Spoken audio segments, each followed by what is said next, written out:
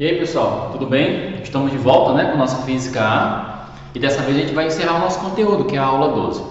Só que assim, a aula 12 em si, ela é a nossa aula 11, que são resistores em um circuito residencial, tá bom? Só que você tem que entender o seguinte, esses resistores ou essas resistências estão nos aparelhos, tá bom? Que estão conectados nessa rede residencial, tá? O que diferencia é a potência desses aparelhos, o consumo que eles têm em kWh, tá bom? A maneira como eles são colocados nessa rede, tá certo? Então, os aparelhos de medida e de segurança, que são, por exemplo, disjuntores, os interruptores, que são as chaves, tá bom? Se porventura você coloca um voltímetro ou um amperímetro para fazer alguma leitura, tá? Resumindo, é uma rede completa, tá certo? Só que nesse caso a gente vai trabalhar com redes residenciais, tá bom? No circuito que eu coloquei para vocês aqui, esse circuito é um circuito que mostra alguns elementos. Por exemplo, eu coloquei duas lâmpadas, tá? E duas tomadas, tá bom? Duas tomadas, não são interruptores, são duas tomadas, tá bom? Nesse circuito, você pode perceber que ele é trifásico, tá? Trifásico não. Ele, na verdade, eu vou chamar ele de bifásico. Por que bifásico? Porque, na verdade, esse circuito aqui, ele é 220 volts. Aí o cara se pergunta, 220 como? Ele vai do mais 110 até o menos 110 volts, tendo uma fase neutra, tá? Então, na verdade, ele vai funcionar aqui com 220 volts. Professor, se aqui é bifásico, tem como ser monofásico de 220? Tem, tá? Tem como você ter uma rede monofásica 220 mais 220 e um neutro, tá? Nossa última questão que nós resolvemos em Física A, eu coloquei para vocês uma rede monofásica, que ele era 110 e neutro, tá bom? Aqui é do mais 110 até o menos 110. Então aqui já é uma rede bifásica, tá bom? 220 volts, tá? Por exemplo, isso aqui é uma rede monofásica. Significa que eu tenho o quê? 110 volts e o neutro, tá certo? Bom, professor, então nesse caso aqui muda alguma coisa na BDP? Não, nesse caso aqui não, tá bom? Nesse caso aqui muda, porque alguns aparelhos aqui funcionam com 220 volts, tá certo? E assim por diante. Bom, olha o que vai acontecer aqui. Você pode perceber que aqui eu tenho duas lâmpadas no circuito, tá certo? E essas duas lâmpadas colocadas no circuito estão em paralelo com essas tomadas, tá? Eu não posso colocar os elementos de um circuito residencial em série, por quê? Porque existe uma interferência, tá? Por exemplo, você coloca uma lâmpada em série com uma tomada. Se você desligar a lâmpada pelo interruptor, você desliga a tomada também, né? Está em série. Você corta a corrente em todo o sistema, tá bom? Então, nesse caso aqui, você vai enxergar sempre, olha, os elementos em paralelo, tá? Porque são elementos com correntes independentes. A corrente se divide, tá? Só que são independentes. Se você coloca em série, ele utiliza a mesma corrente, tá bom? Ou melhor, se você interrompe a passagem da corrente de um, você também vai interromper a corrente do posterior, tá certo? Bom, aqui também nós temos a chave. Essa chave aqui é o nosso interruptor que corta a passagem da corrente, nesse caso para as duas lâmpadas. Essa chave está aberta. O que é a chave aberta? Essa chave aberta aqui, ela corta a passagem da corrente. O interruptor desliga, tá? Ele não deixa a corrente passar. Ele desliga as duas lâmpadas, tá bom? É como aqui na sala. Eu sempre citava um exemplo para vocês aqui de um único interruptor para duas, três lâmpadas. Tá bom? No caso, essa chave aqui. Essas duas tomadas aqui, você pode perceber que depende do aparelho. Tá bom? Você pode conectar o aparelho, os aparelhos ficam submetidos à corrente necessária. Tá? Lógico, nós temos o disjuntor, que ele tem uma corrente máxima, que ele vai suportar. Se nós passarmos uma corrente acima da corrente especificada pelo disjuntor, você pode perceber que ele corta a passagem dessa corrente. Tá bom? A gente diz que o disjuntor vai disparar, tá? Então isso aqui é uma rede residencial básica, tá bom? Onde nós temos tomadas, nós temos aparelhos, nós podemos conectar aqui também os aparelhos, viu? Tem aparelhos que de certa maneira você não precisa conectá-los em uma tomada, você pode conectá-los direto na rede, tá certo? Por exemplo, um chuveiro elétrico, você pode fazer uma instalação direta nesse chuveiro elétrico, né? Lógico que é interessante você colocar uma espécie de chave de segurança nesse aparelho, já que ele está ligado direto na rede, tá bom? Então, nesse caso aqui, nós temos as chaves que cortam a passagem da corrente para alguns aparelhos, no caso das lâmpadas, tá bom? Ou nós temos as tomadas. Essas tomadas aqui, elas funcionam para conectar aparelhos, né, de várias maneiras de consumo de corrente e consumo também de energia elétrica. Cada aparelho tem o seu consumo de corrente, cada aparelho tem a sua potência, tá bom? Então, isso aqui fica a critério do aparelho, tá? Ou melhor, o aparelho, se você desliga ele mesmo conectado na tomada, ele pode cortar a passagem de corrente, mas a corrente ainda continua passando pela tomada, tá? Ela está aqui, só que o aparelho não deixa a corrente entrar nele, você desliga o aparelho. Alguns aparelhos ficam no modo stand-by, por exemplo, algumas televisões, ou melhor, dentro dele ainda contém corrente elétrica mesmo ele desligado, tá bom? Olha, vamos dar uma olhadinha aqui no exemplo da primeira questão na página 176 da apostila de vocês. Vamos analisar como é que funciona esse circuito básico, tá bom? Nós temos um circuito básico aqui. Eu vou ler a questão para vocês aqui. Ela fala assim, ó, é uma questão da FUVEST, São Paulo. Na cozinha de uma casa ligada à rede elétrica de 110 volts, isso aqui é uma rede monofásica, né? 110/0, que é a fase neutra. Há duas tomadas A e B. Deseja-se utilizar simultaneamente um forno de micro-ondas e um ferro de passar, com as características indicadas. Tá? Aqui nós temos um ferro de passar, lógico, ele funciona com 110 volts, se eu colocar ele com uma voltagem acima da especificada aqui, não vai funcionar corretamente, tá bom? E um forno de micro-ondas também funcionando a 110 volts, tá? Continuando, aí fala assim,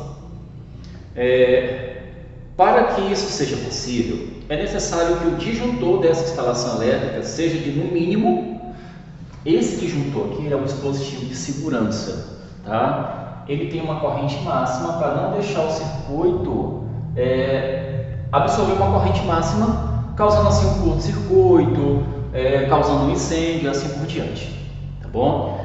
O que na verdade essa questão quer, né? Ela fala assim, ó, ela quer que você encontre o valor máximo do disjuntor, tá? Ou melhor, não é nem o máximo, é o mínimo, para que ele não dispare, com esses dois aparelhos funcionando simultaneamente, tá certo? Lembrando que nós temos um ferro de passar de 1.400 watts, é uma potência grande, né? Esse ferro aqui ele consome uma energia legal.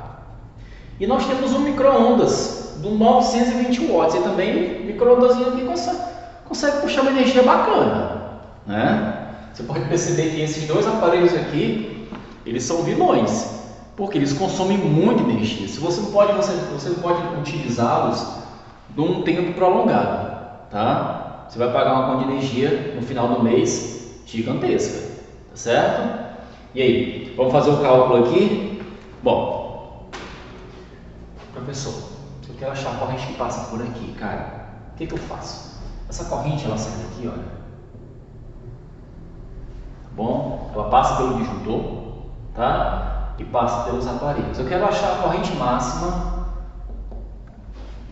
que ele vai ter que suportar para esses dois funcionarem. Ou melhor, a mínima do disjuntor. Se eu vou instalar um disjuntor aqui, esse disjuntor ele tem que ter uma corrente mínima para segurar esses dois aparelhos, que consomem muita energia.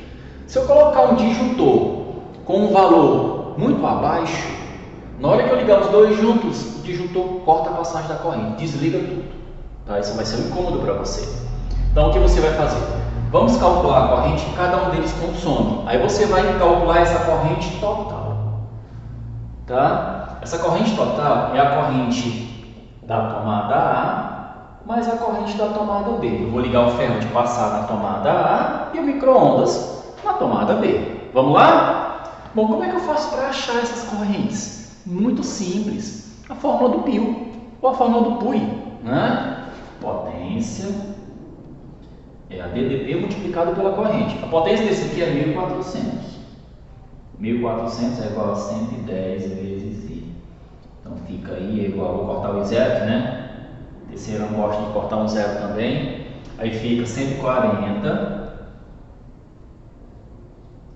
dividido por 11. Bom, isso aqui vai ficar o quê? Isso aqui vai ficar 12. Deixa eu ver aqui. Vai ficar 12,8 aproximadamente amperes. Ok? Então, essa vai ser a corrente de quem? Essa vai ser a corrente do nosso ferro de passar, que é a corrente A. Certo? Eu vou conectar esse ferro de passar na tomada A. Ok? Vamos agora calcular a corrente que vai passar pelo micro-ondas. Tá bom? Pelo micro-ondas, vou fazer a mesma coisa. O mesmo processo, vai ficar como? Aí fica 920 é igual a 110 vezes I. Tá certo? Estou utilizando a mesma equação. Vou cortar um zero com o outro. Bom, aí fica I é igual a 92 sobre 11. Né? Deixa eu ver, isso aqui vai dar o quê? Vai dar 7, fica 77, 88, vai dar 8,4 amperes, né? Essa corrente a corrente que ela vai consumir é 8,4 amperes, também é uma correntezinha bacana, né? Ela é alta também. Bom, esse disjuntor ele vai suportar a corrente A mais a corrente B, né?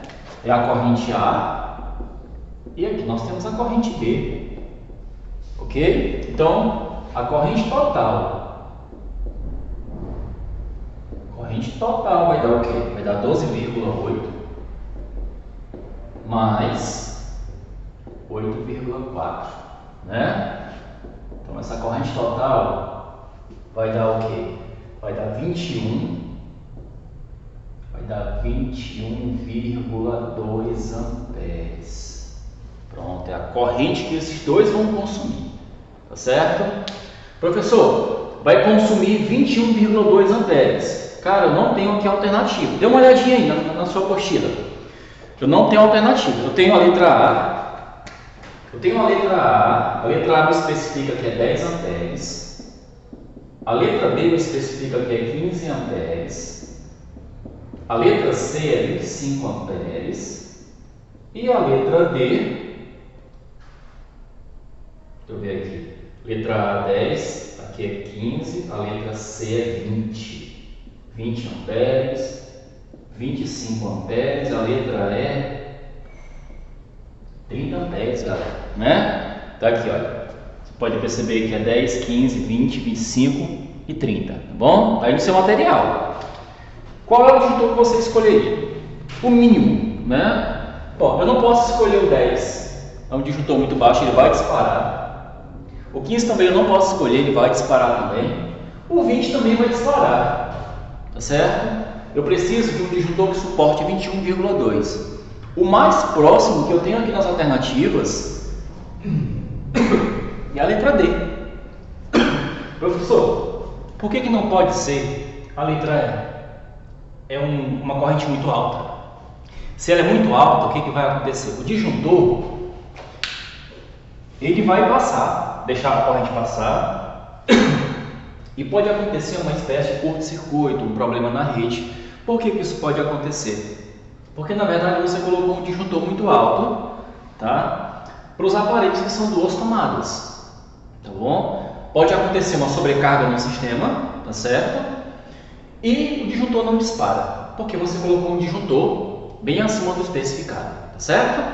Então o disjuntor mínimo que você vai ter que instalar para suportar esses dois aparelhos é 25 amperes, tá certo? Olha, só para você analisar, 25 amperes, ele já passa, né? Ele já passa bem acima em relação ao valor aqui, olha. Então 30 amperes já não é ideal. Até porque a questão perguntou para a gente que é um valor mínimo. Se é um valor mínimo, Então você vai pegar o menor valor específico para suportar essa corrente, ok? Então, meus amores, a gente volta, tá? Na próxima aula, resolvendo mais questões e trabalhando com o nosso próximo conteúdo, ok? Abraço!